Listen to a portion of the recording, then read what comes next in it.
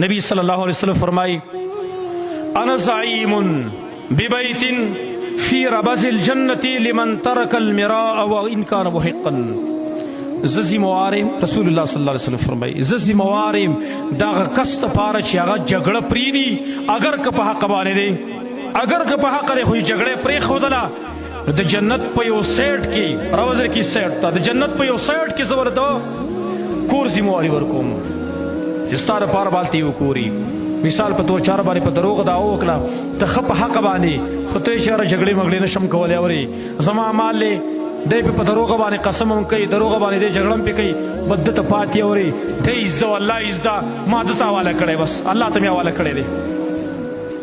پیغمبر وایي زه دله ذمواري در کوم د جنت په یو سیټ کې د کور. بیا وایي وببیت فی وسط الجنه او زه ذمواري ورکوم د یو کور په میز د جنت کې لمن ترک الکذبا هغه چا دپاره چې دروغ پرېږدي وان کان مازحا اگر که په ټوکه کې چې په ګپ کې هم دروغ پرېښودل رسول الله صلی الله علیه وسلم فرمایي د جنت په مینځ کې دله د کور ذمواري در کوم. کم کس چې هغه وایي زه د پیغمبر ذمواري نه اخلم دا پیغمبر ذمواري ته زه تیار نه یم چې کوم ذمواري موږ له راکوي.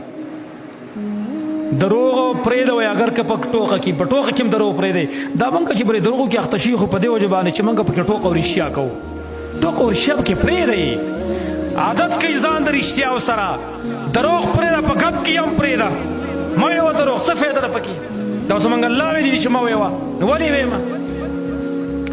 او بیا وایي وببیت فی اعلی الجنه او زه ذمواري ورکوم په یو کور باندې په اوچت طرف د جنت کې اعلی جنت کې لمن حسن خلقه یا لمن حسن خلقه دغه چا دپاره چې خپل اخلاق ښایسته کړي چې کوم سړی خوش اخلاقی دغه دپاره ذمواري ورکوم چې په اوچت طرف د جنت کې به تا ته کور میلاویږي.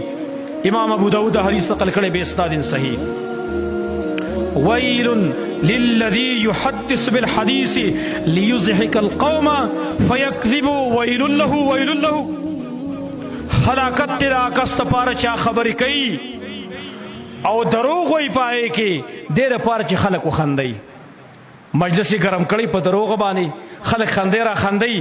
رسول الله صلی الله علیه وسلم فرمایي دی سید پار هلاکت ته دی سید پار هلاکت ته درې کرته ول هلاکت ذکر کړي ور دومره اجازت نشته دومره اجازت نبی صلی الله علیه وسلم ناسته یو زنانه هغه خپل ماشوم دغه کوي راشه څه شی دل درکو موږ دي ماشومان ته یو کنه راشه څه شی درکوم راشه څه شی درکوم دل دوکه کورا دوکه کوي دا ګوره زمونږ تربیت کوي نبی پابندي موږ باندې لګوي. هغه زنانه ته نبی صلی الله علیه وسلم فرمایل ویل څه وله ورکوې رښتیا که نه او ورته را ورکوم یې ویله ویل که چېرته تا ورته څه نه ورکولی هسې دې ورته ویلي وې چې راشه څه شی در کوم ستا په عمل نامه کې به یو دروغ لیکلی شي وي یو دروغ. موږ ماشومانو ته هم دروغ ویو هر چا ته موږ دروغ ویو خو دا راشي زموږ مشران هم دروغ وایي کشران هم دروغ وایي چې مشر دروغ وایي نو کشر هم پسې ورپسې بادشاهان هم دروغ وایي وزیران هم دروغ وایي ټول دروغ وایي. نبی صلی الله علیه وسلم فرمایي که نه الله رب العالمین په نیز باندې په ورځ د قیامت شدید ترین عذاب دی څو کسانو دی پای کې سره ملک کذاب یو بادشاه چې دروغ وایي مشر چې دروغ وایي دا د ده به شدید ترین عذاب وي. نو مشران هم دروغ کشران په دروغ کې مبتلا شوي دي او دا زما نبي مخکې ویلي وو خیر القرون قرني ثم الذين يلونهم ثم الذين يلونهم ثم الذين يلونهم ثم يفشو الكذب غوره پیړۍ زما پیړۍ ده بیا ورپسې بیا ورپسې بیا به دروغ ښکاره شي درېیمې پیړۍ پورې تبې تابعینو پورې دا ښه پیړۍ وه د هغې نه وروسته به ټول دروغ ویلی کېږي اوس وګوره ټول دروغ څومره چا په خبره اعتماد هم نشي کولی دا سړي په کلام کې څه نه څه دروغ دي. زه حیران دا یم چې دې خبرې کې دې ته څه فایده موږ ته میلاوي په دې خبرو کې چې زه په موبایل باندې د چا سره لګیا یم هلکه جي ته چېرته یې یاره جي زه خو دې بازار کې بس یم دی او په کور کې ناست دي زه خو دې بازار کې یم ګاډ والا ته هلکه ته چېرته یاره جي خو پېښور اډه کې ولاړ یم دی به دلته په منډۍ کې ولاړ یم.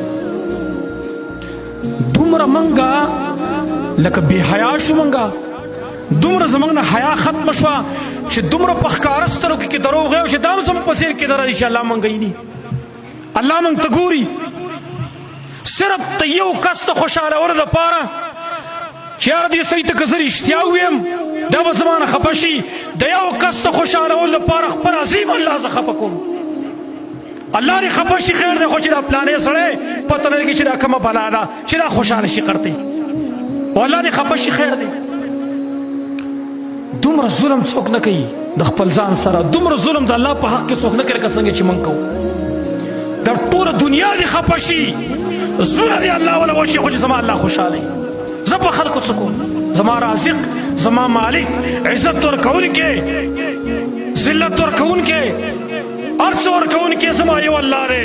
هر څه را په لاس کې دي، زما نه چا څه پروا ده. بیا لږ خو عقل نه کار اخیستل پکاري، لږ سوچ کول پکاري. ولې دروغ وایو؟ پیدا پکې څه شی ده؟